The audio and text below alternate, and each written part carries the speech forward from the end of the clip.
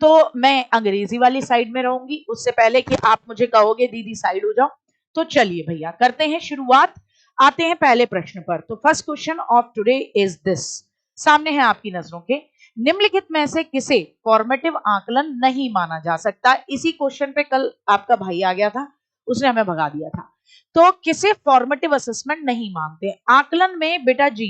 एक होता है फॉर्मेटिव असेसमेंट, इसमें आप परंपरागत ट्रेडिशनल पेन पेपर जो तरीका था उससे अलग हटके जो भी कुछ कराते हो, जैसे आप डिबेट कराते हो, जैसे आप बच्चों का रोल प्ले कराते हो, जैसे आप प्रोजेक्ट बनवाते हो, ये दुनिया भर की एक्टिविटीज के माध्यम से बच्चे को असेस करना है ना, ये सब क्या कहलाता है? तो आप इसे कहेंगे, है ना, ये सब एफए माना जाता है। तो किसको एफए नहीं मानेंगे? एक आकलन कार्य जो स्टैंडर्ड के एक मानक पैमाने के अकॉर्डिंग बच्चे की तुलना करता है। कभी भी फॉर्मेटिव असेसमेंट का काम बच्चे की तुलना करना नहीं है। तो हमारे दिमाग में बात आनी चाहिए, फॉर्मेटिव असेसमेंट कराता क्या है स्कूलों में? तो फॉर्मेटिव असेसमेंट बेसिकली जुड़ा हुआ है कि आप बच्चे की प्रगति जो है, प्रगति, उस प्रगति का पता लगाएं, प्रगति का आकलन करें और कमियों को दूर करें। ये काम है फॉर्मेटिव असेसमेंट का, प्रगति का आकलन व कमी को क्या करना? दूर करना, उसमें सुधार, कमी को दूर करना। इसका एम ये है ही नहीं कि आपको पास या फेल में डाला जाए, ये इसका उद्देश्य है ही नहीं। आगे बढ़ते हैं। निम्नलिखित में से एक इफेक्टिव फीडबैक की विशेषता कौन सी होगी? मैं आपको फीडबैक दूं, ठीक है ना, जैसे आरती, मैं फीडबैक दूं कि बिट्टू आपकी अटेंडेंस ले ली गई है, आरती कुछ करें और मैं उस पर उन्हें प्रतिक्रिया दूं। तो कौन सी इफेक्टिव फीडबैक जो होती है उसकी क्या विशेषता है कि मैं आरती के नंबर अगर अच्छे आए या आरती सही जवाब दे तो मैं आरती को कहूं शाबाश, और आरती अच्छा न करे तो कह दूं मुर्दाबाद। तो परिणाम पर ध्यान दूं, पार्टिसिपेशन कितना है इस पर मैं ध्यान ही ना दूं। ये सामयिक और विशिष्ट होती है, मतलब फीडबैक टाइमली होता है और स्पेसिफिक होता है। ये केवल काम के अंत में दी जाती है, ये व्यापक और सामान्य होती है। तो याद रखें, फीडबैक इफेक्टिव तब माना जाता है जब स्पेसिफिक बातों पर मैं फीडबैक दूं, यानी जो मेरी बच्ची की गड़बड़ियां हैं उन पर मैं उसको फीडबैक दूं, जो पॉजिटिव पॉइंट है उस पर फीडबैक दूं। ये नहीं हर चीज पे वो कहे कि मैम, और मैं कहूं वाह वाह वाह वाह कितना सुरीला बोलती है, मेरी बात सुनो, वाह वाह वाह वाह वाह, ये नहीं होना चाहिए।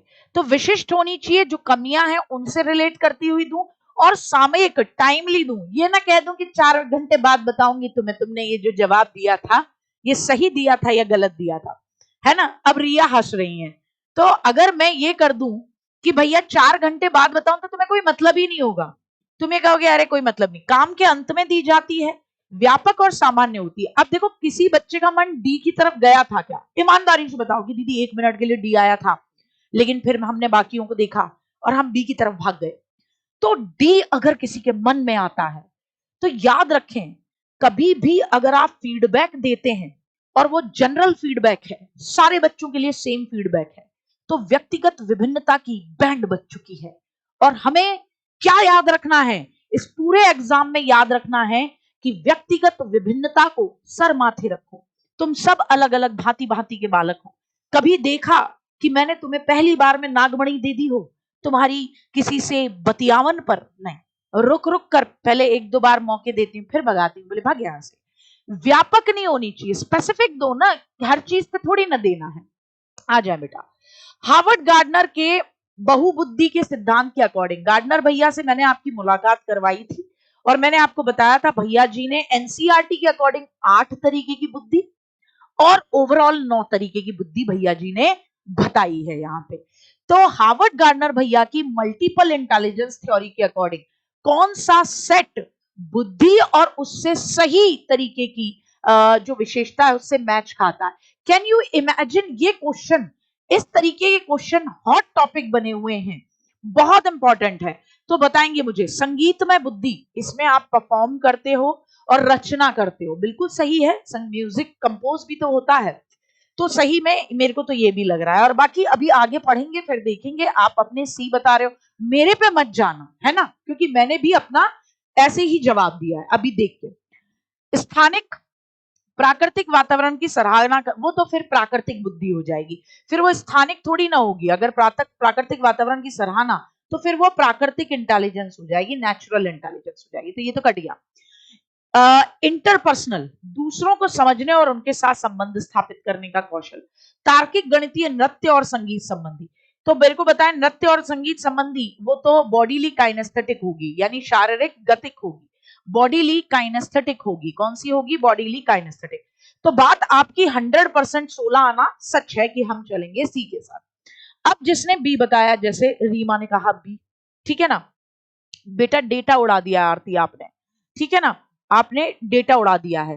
तो पहली बात जिन्होंने कहा बी, मैं जानना चाहती हूं कि स्थानिक, मैंने ये बताया था कि वो चीजों को अलग तरीके से देखते हैं। तो ये मूर्तिकार बनते हैं, ये कलाकार बनते हैं, ये वास्तुकार बनते हैं, बहुत जबरदस्त। इनके दिमाग में जो चीज छपती है ये उसको बिल्कुल अलग तरीके से सामने लेकर आते हैं।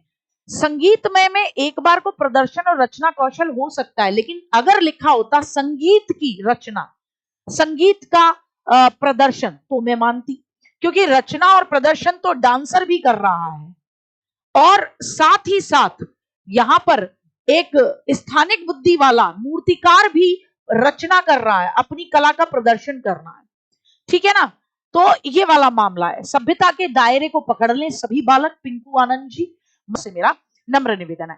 निम्नलिखित में से कौन आंतरिक अभिप्रेरणा का बेस्ट एग्जांपल है?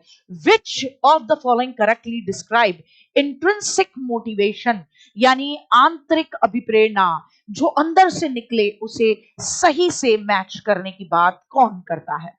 मोटिवेशन जो दूसरों के साथ कंपटीशन से आती है वो बाहरी हो जाएगी। क्या हो जाएगी? वो हो जाएगी एक्सट्रिंसिक, यानी बाहरी अभिप्रेरणा हो जाएगी। तो कट गया ये। तो अभिप्रेरणा जो दंड के भय से आती है कि अभी उड़ा दिया जाएगा, अभिप्रेरणा जो पुरस्कार के चक्कर में है, सारी बाहरी है। अभिप्रेरणा जिसमें व्यक्तिगत आनंद आए, रुचि आए, मजा आए, इंटरेस्ट आए, ऐसी चीजों के लिए हम कहते हैं इनर मोटिवेशन है, इसीलिए ये व्यक्ति ये काम कर रहा है। बहुत शानदार। कौन सा प्रोग्रेसिव एजुकेशन का प्रमुख सिद्धांत है? प्रोग्रेसिव एजुकेशन का एक ही सिद्धांत है कि वो बच्चे को सेंटर में रखता है। जो भी एक्टिविटीज होंगी बालक को ध्यान में रखकर, जो भी क्या कहना चाहिए, जो मूल्यांकन का तरीका लचीला बच्चे के हिसाब से, तो हर एक चीज क्या होगी, हर एक चीज जबरदस्त तरीके से बच्चे को ध्यान में रखते हुए ही कहलाई जाएगी। तो यहां आपसे यही पूछा जा रहा है कि प्रोग्रेसिव एजुकेशन किसको फोकस करती है?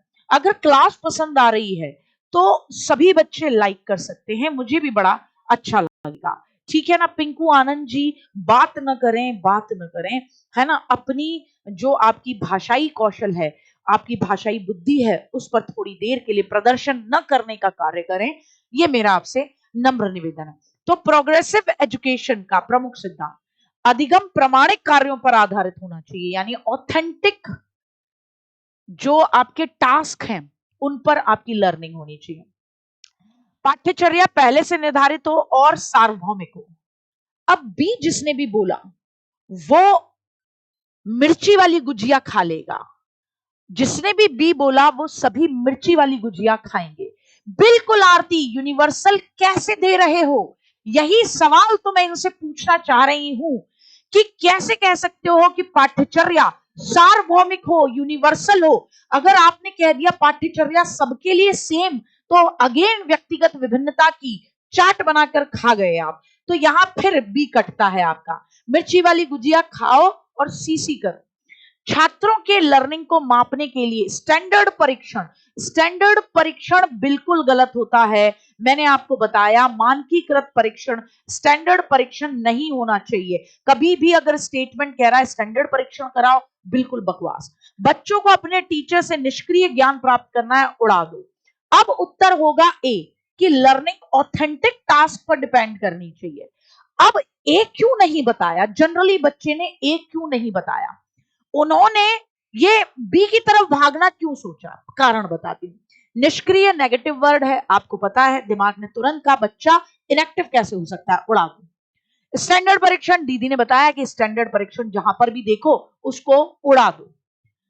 अब आपको लगा प्रमाणिक, बेटा प्रमाणिक और मानकीकृत में अंतर होता है। प्रमाणिक का मतलब ऑथेंटिक टास्क होने चाहिए, ऐसा नहीं है कि मैं कह दूं आओ अधिगम करेंगे, तो आपने कहा ठीक है मैम कब आना है अधिगम करने, मैंने कहा आना आप होली वाले दिन 14 तारीख को शाम 7 बजे अधिगम करेंगे, ठीक है। अब यार मैं जीन प्याजे पढ़ाऊं, जीन प्याजे बाबा थे, जैसे एक दिन बहुत बेस्ट एग्जांपल देती हूँ, कभी कभी मेरे हस्बैंड जो हैं शर्मा जी, वो जब आ जाते हैं 8 बजे जनरली आ जाते हैं, तो वो क्लास ले रहे होते हैं, बच्चे को संभाल रहे होते हैं, तो वो सुनते हैं। तो कल परसों में कोई बात हो रही थी तो हम वीर जो मेरा बच्चा है छोटा, उसके बारे में बात कर रहे थे, वो कह रहे जीन प्याजे ने ये नहीं बताया कि ऐसे शरारती बच्चों को कैसे संभालते हैं। तो ऐसा थोड़ी ना हो सकता है कि हर चीज जीन प्याजे पर डाल के मैं कहने लग जाऊं कि जीन प्याजे चचा बोले थे कि ऐसा होना चाहिए। ऑथेंटिक टास्क पढ़ाने होंगे ना, ऑथेंटिक चीजें करानी होंगी जो प्रमाणिक हैं। ऐसा थोड़ी ना कुछ भी जीन प्याजे के नाम पे और वाइगोत्स्की के नाम पे अपन फाड़ देंगे बिल, ऐसा थोड़ी ना हो सकता है ना। और तुमने उसको स्टैंडर्ड से कंपैरिजन कर लिया, तो यही गलत है। तो इसी को आपको ध्यान नहीं रखना था, आपने इसको गलत तरीके से आपने इसको क्या कर लिया, मैच करा लिया। एक बच्चा पूछ रहा है, अनुज वर्मा पूछ रहे हैं, कोई अयोध्या फैजाबाद नाका चुन्नी से है, क्या करोगे भैया, क्या करोगे अजय जी, अगर कोई अयोध्या फैजाबाद से होगा भी तो आप क्या करेंगे। ये क्वेश्चन मैंने आपको, ये लाइन आपको मेरे वन शॉट में भी देखने को मिली है, ये मेरे नोट्स में भी आपको देखने को मिली होगी कि भैया बाधिता एक स्थिति है और बहुत इंपॉर्टेंट है, इंपेयरमेंट है। अगर किसी को किसी तरीके का इंपेयरमेंट है, इंपेयरमेंट तो क्या है, और डिसेबिलिटीज क्या होती हैं, जैसे लर्निंग डिसेबिलिटीज हो गई, तो अक्षमता क्या है तो बताएंगे। तो याद रखना, जैसे लर्निंग डिसेबिलिटी है, डिसलेक्सिया एग्जांपल ले लो, अक्षमता में जैसे लर्निंग डिसेबिलिटी है, लर्निंग डिसेबिलिटी। अब आप इसको याद करने का एक तरीका दिमाग में बैठाना, जिसे हम समझते हुए दिमाग में बैठाएंगे। डिसलेक्सिया तो डिसलेक्सिया वाले को दिक्कत क्या होती है बेटा, कि ये पढ़ने में दिक्कत करता है ना, पढ़ने में दिक्कत। तो पढ़ना एक काम है, पढ़ने में दिक्कत उल्टा पुल्टा पढ़ लेगा, है ना। डिसकैलकुलिया वाले को दिक्कत क्या है, इसको काम करने में दिक्कत होती है। डिसकैलकुलिया गणित में दिक्कत है, गणित, तो क्या कहेंगे, इसमें गणित में दिक्कत है। तो हम क्या कहेंगे कि अक्षमता बेसिकली काम से जुड़ी हुई है और बाधिता एक बायोलॉजिकल प्रॉब्लम है। इंपेयरमेंट बायोलॉजिकल प्रॉब्लम है, जैविक समस्या है। आपका अगर इंपेयरमेंट है, बाधिता है, तो आप कहीं ना कहीं बायोलॉजिकली किसी काम को जिसको अन्य व्यक्ति प्रॉपर तरीके से कर सकते हैं वो नहीं कर सकते। और लर्निंग डिसेबिलिटी या अक्षमता किसी काम को करने में दिक्कत होगी आपको, है ना, किसी काम को करने में दिक्कत होगी। दीपा डिसलेक्सिया बिट्टू पढ़ने में प्रॉब्लम होती है, ना कि हम इसे बोलने में दिक्कत बोलते हैं, वो अफेजिया होता है, डिस्फेजिया होता है। तुम करो, सारा एग्जाम्पल उसको करने के लिए नहीं दिया, क्या ये पाड़ है या रटकर दोहरा रहा है बार बार, ये पाड़ है। तो देखिए रटकर दोहराना कभी पाड़ नहीं होता, क्योंकि दोहराना कभी भी इसके फोल्डिंग नहीं है, सामने वाला दोहरा रहा है, दिस इज नॉट राइट, तो ई गलत है आपका। अब बात आती है आधा हल किया हुआ उदाहरण जी, बच्चा प्रश्न पूछ रहा है, बच्चे से प्रश्न पूछना ये भी एक तरीके से स्केप फोल्डिंग है। आपके मन में आएगा दीदी प्रश्न पूछना स्केप फोल्डिंग कैसे है, जैसे मैं बताती हूँ आपको। जैसे अगर कोई बच्चा बार बार बार बार बार बार कोई कार्य कर रहा है, तो वो उस दिशा में सोचे, है ना, या वो गलत काम कर रहा है तो वो उस दिशा में सोचे, इसके लिए मैं उससे क्वेश्चन पूछूंगी कि बेटा क्यों बार बार एक ही मैसेज को कर रहे हो, जबकि तुम्हें पता है कि मैं चलती क्लास में कभी भी किसी भी ऐसे पर्सनल डाउट्स को नहीं उठाती हूँ अनटिल अनलेस वो स्टडी से रिलेटेड ना हो। तो बच्चा उस पर सोचेगा, तो मैंने उसको अपने काम को आसान करने में क्या की है, मदद की है। मचान का मतलब होता है बेटा, जैसे जब हम घर बनाते हैं तो मचान, ये लकड़ी की बल्लियां लगाई जाती हैं, वुडन ब्लॉक्स लगाई जाती हैं, ताकि हमारी जो सीलिंग है, सीलिंग जो है वो थम जाए, है ना, लगाते हैं ना। तो ऐसी सिचुएशन में हम क्या करते हैं, जब जरूरत खत्म हो जाती है उन्हें निकाल देते हैं, ठीक है ना। तो कुल मिलाकर इन्हें ही हम बोलते हैं मचान। अपना ही फायदा देखते हैं बच्चे, किस किस लेवल पर हम इसके बारे में बात करते हैं कि बच्चे अपना फायदा देख रहे हैं जीवन में और कुछ भी नहीं देख रहे हैं। हाँ जल्दी बताएंगे। डी बोल रहे हैं, कुछ सी बोल रहे हैं, है ना, कुछ अलग अलग बोल रहे हैं, कुछ डी पे हैं, अच्छा कुछ बी पर हैं। तीसरे चरण के 5वें स्तर, तीसरे चरण का 5वां स्तर तो मेरे हिसाब से वो होता है, बी वालों को पहले जवाब देते हैं। तीसरे चरण का 5वां स्तर कहता है नियमों में लचीलापन, है ना, वो लचीलापन कि भैया प्राण न जाए नियम जाए भाड़ में, तो वो तो लाभ देख नहीं रहा अपना, ये तो कीवर्ड बैठा नहीं, हट गया। पहले स्तर का पहला चरण कहता है आज्ञा मानो, किस लिए, दंड से बचने के लिए, दंड ओरिएंटेशन, है ना, तो ये भी नहीं है। दूसरे स्तर के तीसरे चरण में जो कि ये कहता है गुड बॉय बनो या गुड गर्ल बनो, समाज तुम्हें एक्सेप्ट करे ऐसा व्यक्ति बनो, तो ये भी नहीं है। क्या है पहले लेवल का दूसरा चरण जिसे आप कहते हो टिट फॉर टेट, अपना ही फायदा देखेगा, तुम मेरी पीठ खुजाओगे तो मैं तुम्हारी पीठ खुजाऊंगा। इसको हम कहते हैं अहंकार की अवस्था। क्या कहते हैं, अहंकार की अवस्था कहते हैं। क्या कहते हैं हम इसको, अहंकार की अवस्था कहते हैं। जैसे मैं इस अवस्था में चली जाऊं तो जो बच्चा बार बार कुछ ना कुछ बड़ा सा मैसेज दिख रहा है, मैं उससे कह दूं कि पहले तुम प्रश्नों का जवाब दोगे तो मैं तुम्हें उत्तर दूंगी, तुम्हारी बात को तभी मैं समझूंगी, तभी मैं उसको पढ़ना पसंद करूंगी, तो इसे बोलेंगे टिट फॉर टैट की अवस्था, अहंकार की अवस्था। और साथ ही साथ इसे एक और नाम से जानते हैं सापेक्षवादी उन्मुखता की अवस्था। सापेक्षवादी उन्मुखता यानी ओरिएंटलिस्ट, रिलेटिविस्ट ओरिएंटेशन, ठीक है ना, आ रही है बात समझ में, बहुत शानदार, हाँ, है ना, बहुत शानदार, बहुत ही बात है रचना, बहुत बढ़िया बहुत बढ़िया बहुत बढ़िया।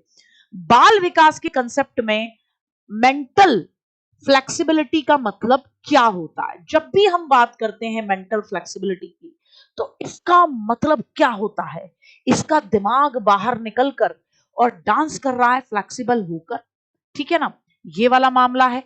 इसको कहते हैं हम, बताएंगे फटाफट से, है ना, जल्दी से बताएंगे, जल्दी से बताएंगे, हाँ जी, और बताएं, की तरफ जाती हुई सबका ए आंसर अब पढ़ना 100% बनेगा कि क्या है ये ए, इस पर जरा फोकस करते हैं तो जरा देखते हैं।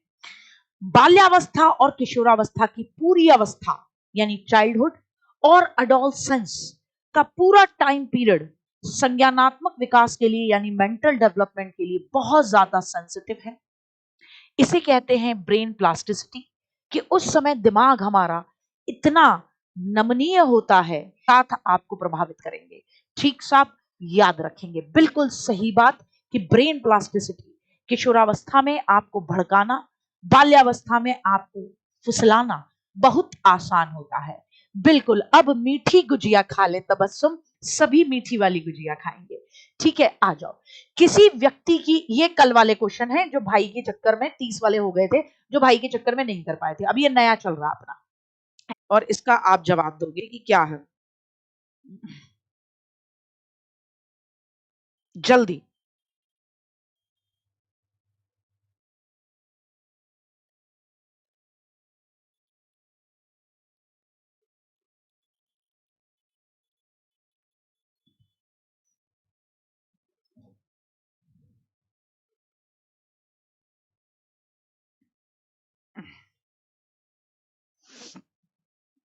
एक बच्चा अपने शुरुआती सोशलाइजेशन का पाठ कहां से प्राप्त करता है, तो बताएंगे एक बच्चा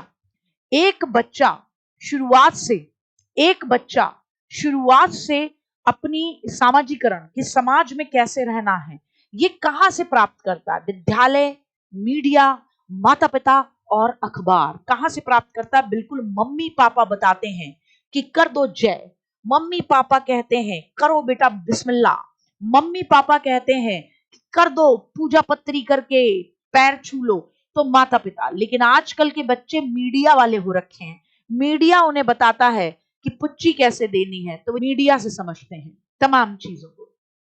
जीन प्याजे भैया के संज्ञानात्मक विकास के सिद्धांत के अकॉर्डिंग किस चरण पर बच्चे वस्तुओं को एक्सप्लेन करने के लिए संकेतों का इस्तेमाल करते हैं, यानी किस चरण में बच्चे वस्तुओं को बताने के लिए अपने संकेत बनाते हैं, यानी बच्चे ऐसे कर देंगे और आप कहोगे ये क्या है पेंटिंग में, तो कह देंगे ये मैंने बनाया है, ये मैंने बनाया है सांप, और पेंटिंग होगी इतनी बाय इतने की और उसमें आदमी होगा इतना सा कि ये कौन है, कि ये इंसान है, और फिर उसके अंदर घास होगी इतनी बड़ी बड़ी, इतनी बड़ी बड़ी कि ये कौन है, कि ये घास है। आप इसमें प्रपोर्शन ही नहीं समझ रहे, आदमी छोटा, सांप बड़ा, घास इतनी लंबी। तो इसका मतलब यहां पर बच्चे चीजों को एक्सप्लेन करने के लिए क्या बनाते हैं, संकेत, और फिर बता देगा कि एक और चीज बना देगा कि ये है, आपने कहा ये क्या है, ये बिल्ली है या ये नेवला है जो सांप के पीछे भाग रहा है। तो इसका अपना मामला रहेगा, अपने अलग तरीके का, सेंसरी मोटर स्किल नहीं। ये विशेषता है पूर्व संक्रियात्मक की। जब बच्चे संकेतों या प्रतीकों का प्रयोग करते हैं तो ये प्री ऑपरेशनल स्टेज में देखने को मिलता है, जहां बच्चा प्रपोर्शन को जाने दे भाड़ में। आप पूछते रहोगे, बच्चा है मजनू भैया, कि मजनू भैया वाला वो प्रोग्राम देखा है ना, वो मीम्स बनता है कि लड़का कहाँ है, कि बोनट के ऊपर, बोनट कहाँ है, कि गाड़ी के वहां पे, कि कहाँ है ये रहा। तो वो कि पूरा मामला बड़ा अजीब सा, कि घोड़े के पास में गाड़ी खड़ी हुई है, कि घोड़ा कहाँ है, कि घोड़ा है ही नहीं। तो इस तरीके का मामला रहता है। जीन पियाजे के अकॉर्डिंग मस्तिष्क में ज्ञान की व्यवस्थित संरचनाएं क्या कहलाती हैं?